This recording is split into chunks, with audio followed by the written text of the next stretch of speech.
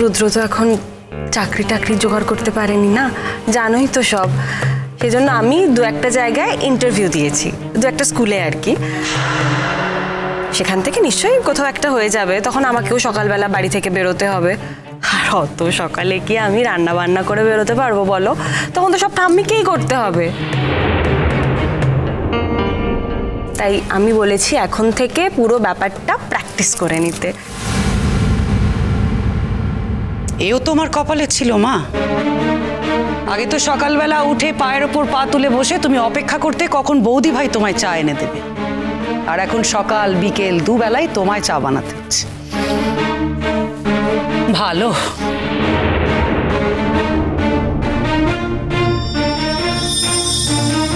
এই আমাদের চাটা হয়েছে গো। আসলে কি হয় বলো তো, এই দুপুরবেলা হুট করে ঘুমিয়ে পড়লে না কিছুতেই ঘুমটা কাটতে চায় না।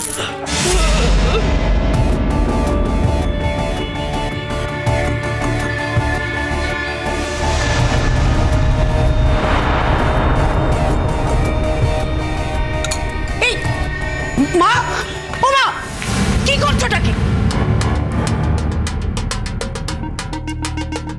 এসো এসো এসো এসো, এদিকে এসো। ধরো ধরো, আমাকে ধরো। কি আশ্চর্য!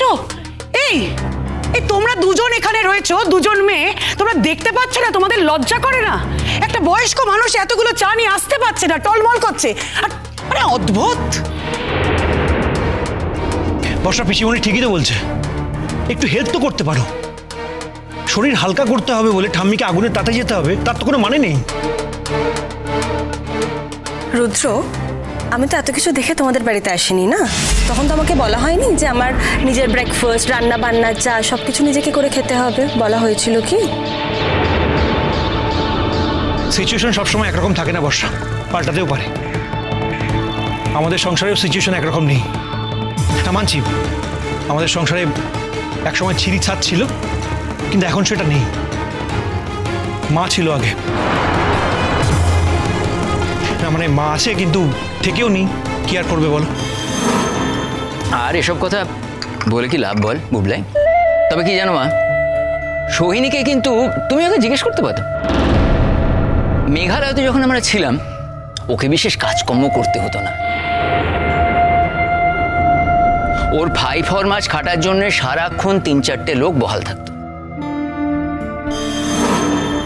তা এত সুন্দর সেটআপ ছেড়ে তুমি এখানে কেন চলে এলে সেটাই তো বুঝতে পারছি না বাবা। না বলছি, এত সুন্দর সেটআপ ছেড়ে তুমি কেন এখানে এলে সেটাই বুঝতে পারছি না। মানে ওখানে ৩-৪টে কাজের লোক ছিল, এত সুন্দর সংসার ছিল, ফুটফুটে বাচ্চা একটা মেয়ে আছে। আবার তুমি মিথ্যে কথা বলছিলে তুমি নাকি হোমে ছিলে। বাহ, অসাধারণ।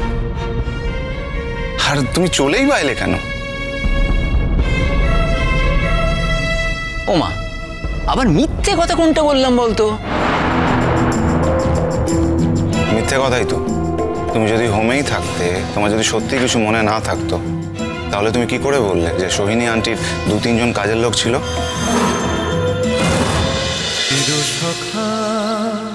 চিরসখা সোম থেকে রবি প্রতিদিন রাত ৯টায় স্টার জলসায় ও জিও হটস্টারে।